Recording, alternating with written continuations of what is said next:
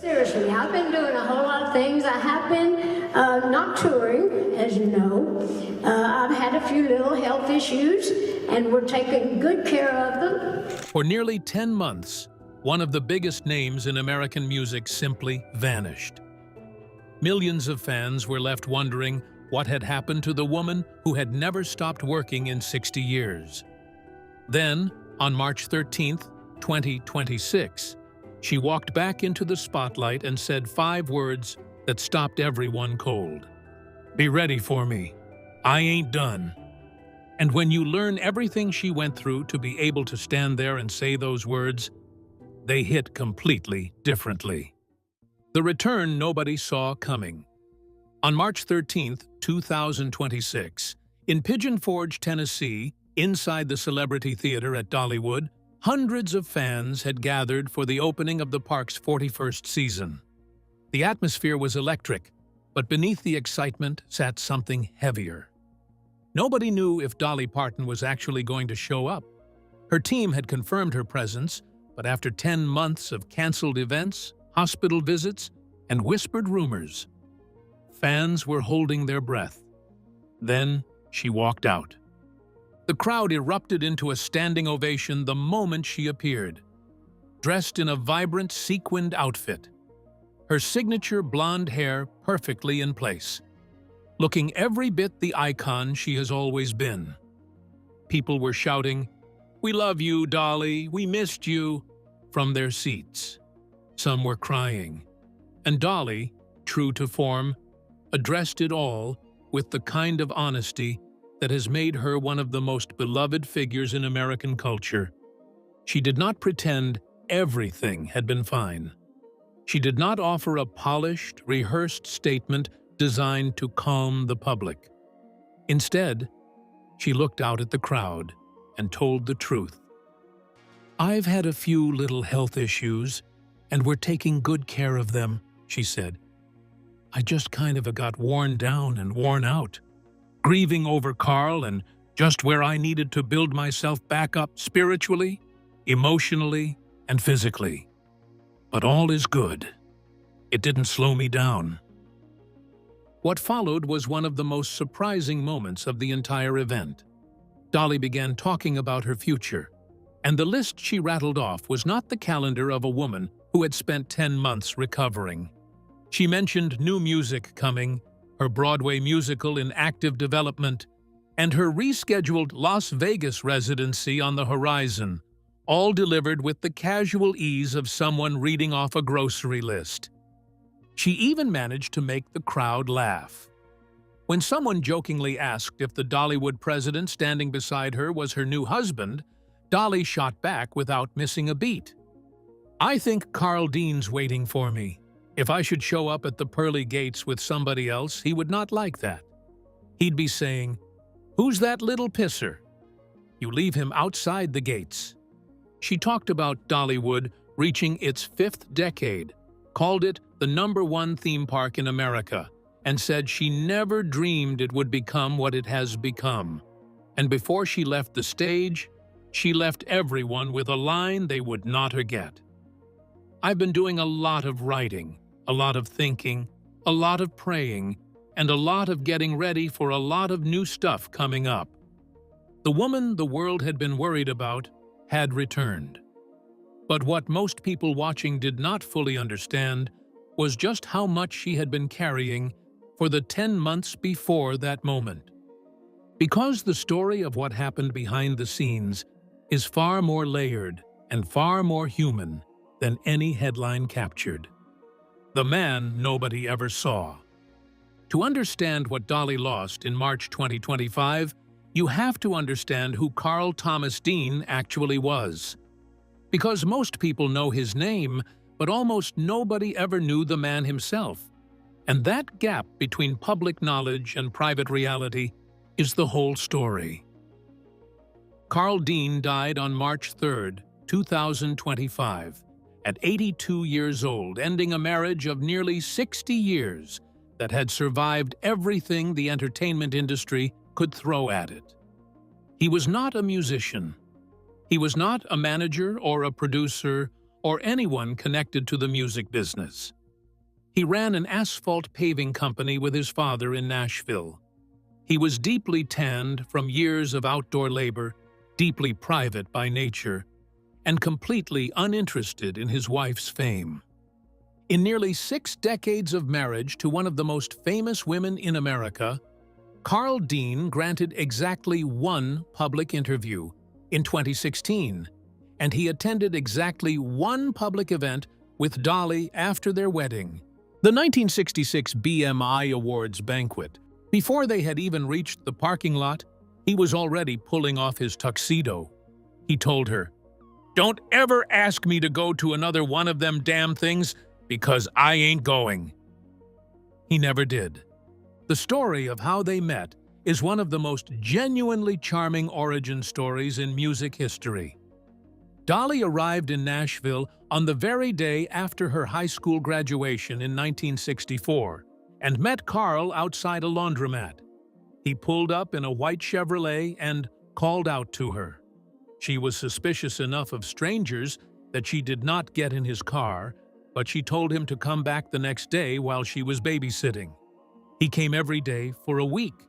Carl himself, in what remains one of the very few statements he ever made publicly, described that first encounter with remarkable simplicity. "My first thought was, I'm gonna marry that girl. My second thought was, Lord, she's good looking. And that was the day my life began."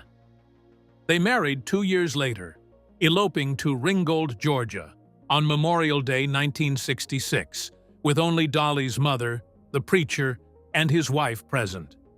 What made their marriage last nearly 6 decades, while almost every other celebrity marriage around them collapsed? Dolly has given variations of the same answer for years: space, humor, and the refusal to change each other. She stayed on the road. He stayed home. When she came back, they went to McDonald's drive-thrus together and made late-night Walmart runs like 2 teenagers with nowhere important to be. She described him as a brother, a father, a friend, a husband, and a lover, all wrapped into one person. There is one detail about Carl Dean that almost nobody talks about, and it says everything about who he was. He used to visit Dollywood secretly, buying his own ticket at the gate and standing in line with regular visitors, then reporting back to Dolly with observations and suggestions, like telling her she needed more bathrooms. The man whose name was on the park's very identity would wander through it anonymously, year after year, as just another face in the crowd. He also loved Led Zeppelin and Lynyrd Skynyrd, and that love directly influenced Dolly's 2023 Rockstar album. His taste in music, kept private for decades, ended up shaping one of the most talked-about albums of her late career. When he died, there was no announced cause of death, but Dolly later revealed that Carl had suffered a great deal before his passing. He was buried privately. She released a tribute single called "If You Hadn't Been There" 4 days after his death, and her Instagram post described their story in 2 sentences that landed like a quiet earthquake. "I fell in love with Carl Dean when I was 18 years old. Like all great love stories, they never end. They live on in memory and song." Apart from Carl's death, there is a version of Dolly Parton's health story that the public received in scattered pieces throughout 2025. And there is the full picture, which is considerably more sobering and considerably more human. Understanding the timeline matters because it explains why the return in March 2026 was so significant. The health crisis nobody fully understood. 11 days after Carl died, Dolly appeared at Dollywood's 40th season opening. She stood before a crowd that was worried about her and said, "He would want me to be working today." She attended a symphony premiere 9 days after that. She showed up for a Country Music Hall of Fame exhibit opening in May. To the outside world, it looked like Dolly Parton was doing what Dolly Parton always does: She was working through grief by working. But she wasn't fine. She was, by her own later admission, neglecting herself entirely. "Back when my husband Carl was very sick, that was for a long time," she said in September 2025. "And then, when he passed, I didn't take care of myself, so I let a lot of things go that I should have been taking care of." In September 2025, Dolly postponed her 6-night Las Vegas residency at Caesar's Palace, citing health challenges that required medical procedures. She addressed it in a statement that was both honest and characteristically funny. She wrote, "I have been dealing with some health challenges, and my doctors tell me that I must have a few procedures. As I joked with them, it must be time for my 100,000-mile checkup, although it's not the usual trip to see my plastic surgeon." Beneath the humor was a serious admission. She had developed kidney stones that caused an infection requiring treatment at Vanderbilt University Medical Center in Nashville. This was not Dolly's first health battle. Her full medical history includes severe endometriosis in the 1980s that led to a partial hysterectomy, a serious collapse on stage in Indianapolis in 1984 from internal bleeding, and a prior kidney stone hospitalization in 2015. At 80, her body was carrying decades of wear, and grief had stripped away whatever defenses remained. The anxiety around her health peaked in October 2025 when her sister, Frida, posted on Facebook that she had been up all night praying for my sister, Dolly, a statement that sent shockwaves through the fan community. Sister Stella Parton quickly stepped in to clarify that the situation involved kidney stones and ongoing treatment, not something more catastrophic. Dolly herself filmed a video from the set of a Grand Ole Opry commercial shoot in a red-fringed top to reassure fans directly. "I know lately everybody thinks that I am sicker than I am. Do I look sick to you? I'm working hard here. I'm not dying." But even as she tried to calm public worry, she kept canceling. The Academy Governors Awards in November 2025, where she received the Jean Hersholt Humanitarian Award, an honorary Oscar. She did not attend. She sent a pre-recorded video instead, while Lily Tomlin presented the award and Andra Day performed Jolene as a tribute in the room. Her own 81st birthday tribute at the Grand Ole Opry in January 2026 happened without her in the audience. By the time March 13th arrived, the longest absence of her 60-year career had stretched to nearly 10 months. The woman who once said, "I'm like a postage stamp, I always stick to it," had, by every public measure, stepped away from everything. And when she finally reappeared at Dollywood, the emotion in that room was not just the excitement of a celebrity returning. One of the most telling details of Dolly Parton's character is that even during the worst 10 months of her adult life, she was still writing, still working, still building something for the stage. The Broadway dream that survived everything. The Broadway musical that carries her story has been in development for years. It was first announced at CMA Fest in June 2024 and went through several title changes before settling on Dolly, a true original musical. The show traces her life from a barefoot childhood in the Smoky Mountains of East Tennessee to performing under Hollywood spotlights, weaving her greatest songs alongside new material she wrote specifically for the production. When her health challenges became public, in the fall of 2025, producers were quick to confirm that the Broadway transfer timeline would not be affected. And at the Dollywood opening in March 2026, Dolly confirmed what that resilience looked like from her side of the table. "I have been doing a lot of working on our Broadway musical," she said. "I'm writing some new songs for it and rewriting some songs. We've expanded it a little bit. The most quietly profound thing about this musical is what Dolly said when asked why she wanted it done now, in her 80s, rather than decades earlier, when her commercial power was at its peak. "I've always wanted to do my life story as a musical, and I just thought I wanted to see it done while I'm still around to oversee it." For a woman who spent most of her career being misrepresented by tabloids and reduced to punchlines about her appearance, the Broadway musical is not just entertainment. It is authorship. While the Broadway musical represents the most artistic expression of Dolly's 2026 plans, the sheer breadth of what she has set in motion during her recovery period is genuinely staggering for someone who was supposedly stepping back. Vegas, new music, and a Nashville empire. The rescheduled Dolly Live in Las Vegas will take place at the Coliseum at Caesars Palace across 6 nights in September 2026, on the 17th, 19th, 20th, 23rd, 25th, and 26th. This will be her first extended Las Vegas engagement in more than 30 years.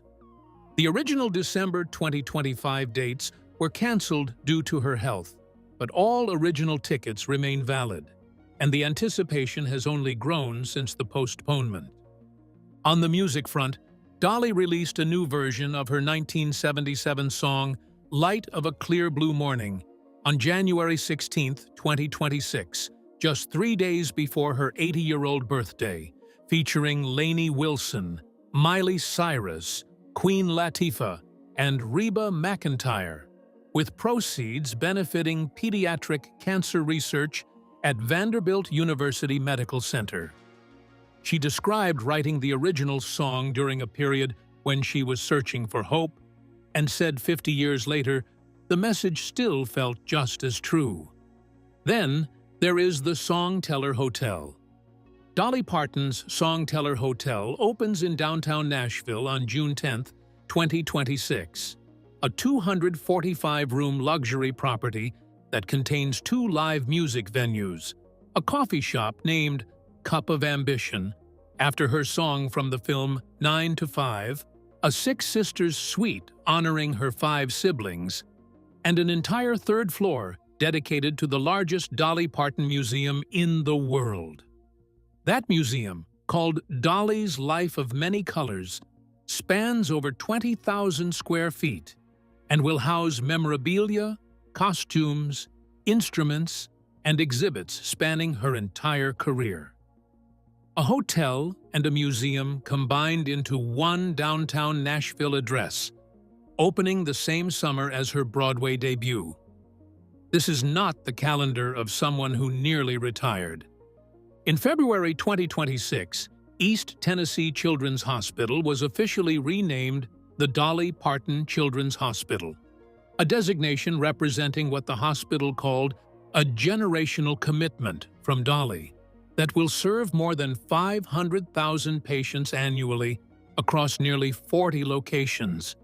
And Dollywood itself entered its 41st season with its biggest attraction in park history. The Night Flight Expedition, a $50 million indoor experience combining a flight simulator, roller coaster, and whitewater elements, opened to massive lines. Dolly, who admits she cannot ride her own park's coasters because of motion sickness, took one look at the water component and joked, "Y'all better hope and pray my water don't break. That would wash Dollywood right off the map." When Dolly Parton stood in that theater at Dollywood on March 13, 2026, and said, "Be ready for me, I ain't done," it was easy to receive that line as a simple crowd pleaser, the kind of thing any performer says when returning from an absence. But the more you understand everything that preceded those 5 words, the heavier they become. I ain't done, the meaning behind the statement. Consider what not being done actually requires at age 80, after losing the person you loved for 60 years, after a kidney infection severe enough to cancel a Las Vegas residency, after months of your family publicly asking for prayers on your behalf, after missing your own honorary Oscar ceremony and your own 85th birthday tribute. Not being done under those conditions is not a casual boast. It is a decision made in private, probably more than once, in the months when nobody could see her. Dolly has described her health challenges over the years as a pile of problems, but she has always met them with the same response: forward motion. The 1984 collapse, the endometriosis. The mental health crisis, she later admitted, brought her to the darkest thoughts of her life. Each time, the path through was creation. Writing, building, making something that did not exist before. What is different this time is the nature of the loss. Health crises can be treated. Grief cannot be medicated or rehearsed. You cannot schedule your way out of it. And yet, watching Dolly at that Dollywood opening, something was visible that her fans recognized immediately. She was not performing resilience. She was describing a process she had actually completed.